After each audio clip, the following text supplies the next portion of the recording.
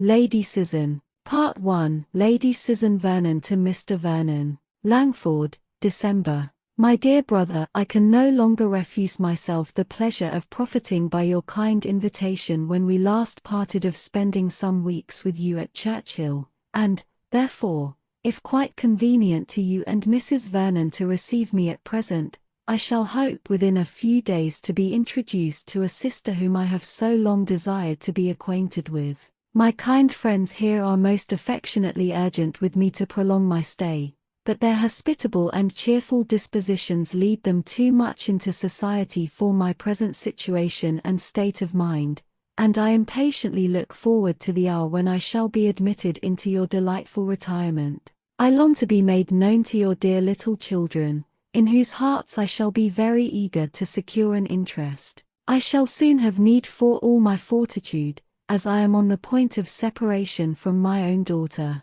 The long illness of her dear father prevented my paying her that attention which duty and affection equally dictated, and I have too much reason to fear that the governess to whose care I consigned her was unequal to the charge. I have therefore resolved on placing her at one of the best private schools in town, where I shall have an opportunity of leaving her myself in my way to you. I am determined, you see, not to be denied admittance at Churchill. It would indeed give me most painful sensations to know that it were not in your power to receive me. Your most obliged and affectionate sister, S. Vernon. Lady Susan. Part 2. Lady Susan. 2. Lady Susan Vernon to Mrs. Johnson Langford. You were mistaken, my dear Alicia, in supposing me fixed at this place for the rest of the winter. It grieves me to say how greatly you were mistaken, for I have seldom spent 3 months more agreeably than those which have just flown away.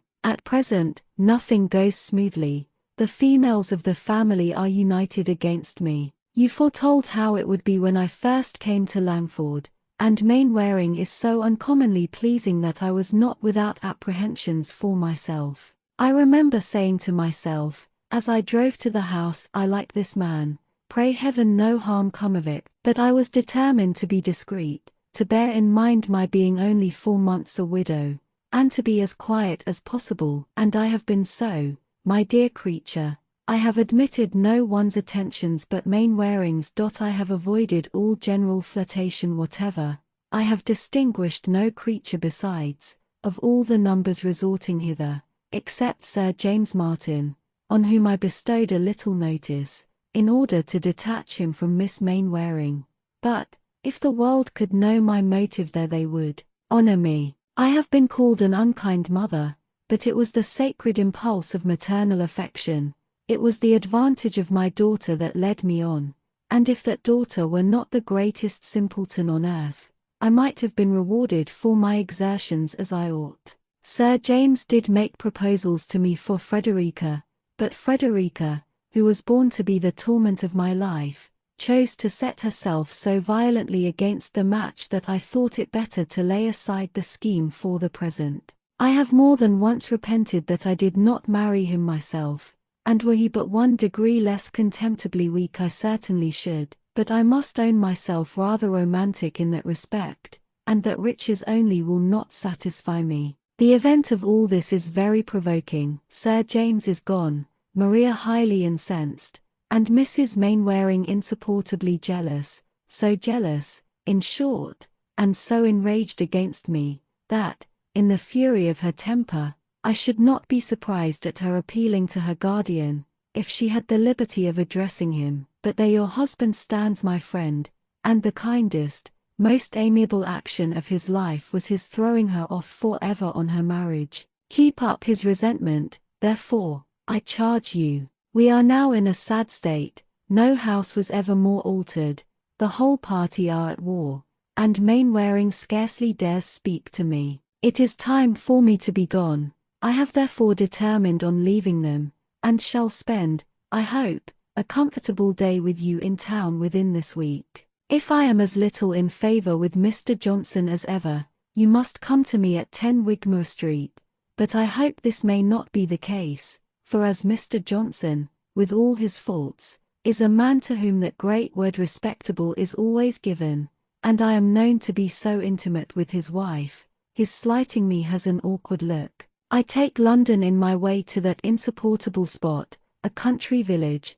for I am really going to Churchill. Forgive me, my dear friend, it is my last resource. Were there another place in England open to me, I would prefer it. Charles Vernon is my aversion, and I am afraid of his wife. At Churchill, however, I must remain till I have something better in view. My young lady accompanies me to town, where I shall deposit her under the care of Miss Summers, in Wigmore Street, till she becomes a little more reasonable. She will make good connections there, as the girls are all of the best families. The price is immense, and much beyond what I can ever attempt to pay. Adieu, I will send you a line as soon as I arrive in town. Yours ever, S. Vernon. Lady Susan, Part 3. Lady Susan 3, Mrs. Vernon to Lady de Courcy Churchill. My dear mother, I am very sorry to tell you that it will not be in our power to keep our promise of spending our Christmas with you,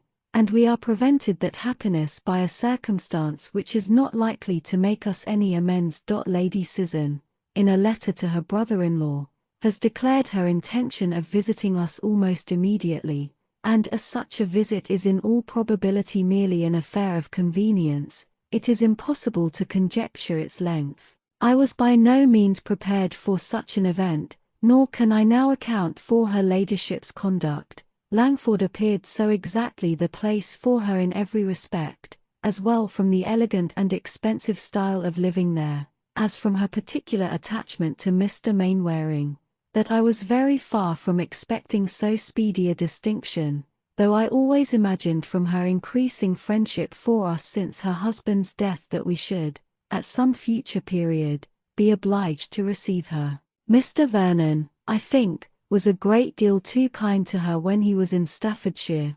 Her behaviour to him, independent of her general character, has been so inexcusably artful and ungenerous since our marriage was first in agitation that no one less amiable and mild than himself could have overlooked it all, and though, as his brother's widow, and in narrow circumstances, it was proper to render her pecuniary assistance, I cannot help thinking his pressing invitation to her to visit us at Churchill perfectly unnecessary. Disposed, however, as he always is to think the best of everyone, her display of grief, and professions of regret, and general resolutions of prudence, were sufficient to soften his heart and make him really confide in her sincerity.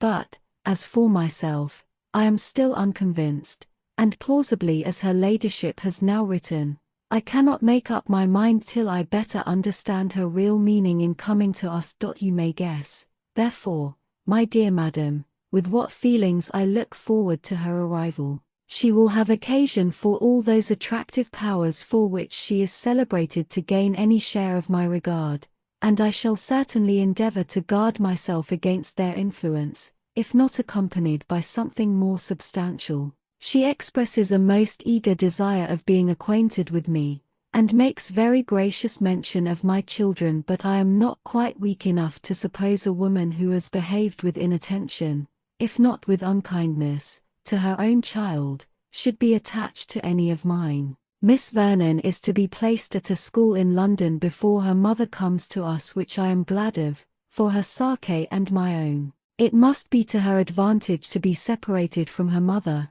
and a girl of 16 who has received so wretched an education, could not be a very desirable companion here. Reginald has long wished, I know, to see the captivating Lady Susan, and we shall depend on his joining our party soon. I am glad to hear that my father continues so well, and with best love, and C. Catherine Vernon. Lady Susan, Part 4. Lady Susan 4, Mr. de Courcy to Mrs. Vernon Parklands. My dear sister, I congratulate you and Mr. Vernon on being about to receive into your family the most accomplished coquette in England. As a very distinguished flirt I have always been taught to consider her, but it has lately fallen in my way to hear some particulars of her conduct at Langford, which prove that she does not confine herself to that sort of honest flirtation which satisfies most people, but aspires to the more delicious gratification of making a whole family miserable. By her behaviour to Mr. Mainwaring she gave jealousy and wretchedness to his wife, and by her attentions to a young man previously attached to Mr. Mainwaring's sister deprived an amiable girl of her lover. I learnt all this from Mr. Smith, now in this neighbourhood. I have dined with him, at Hurst and Wilford, who is just come from Langford where he was a fortnight with her ladyship, and who is therefore well qualified to make the communication. What a woman she must be! I long to see her, and shall certainly accept your kind invitation, that I may form some idea of those bewitching powers which can do so much engaging at the same time, and in the same house, the affections of two men, who were neither of them at liberty to bestow them, and all this without the charm of youth. I am glad to find Miss Vernon does not accompany her mother to Churchill, as she has not even manners to recommend her, and, according to Mr. Smith's account, is equally dull and proud. Where pride and stupidity unite there can be no dissimulation worthy notice, and Miss Vernon shall be consigned to unrelenting contempt. But by all that I can gather Lady Susan possesses a degree of captivating deceit which it must be pleasing to witness and detect. I shall be with you very soon, and am ever, your affectionate brother, Arts de Courcy.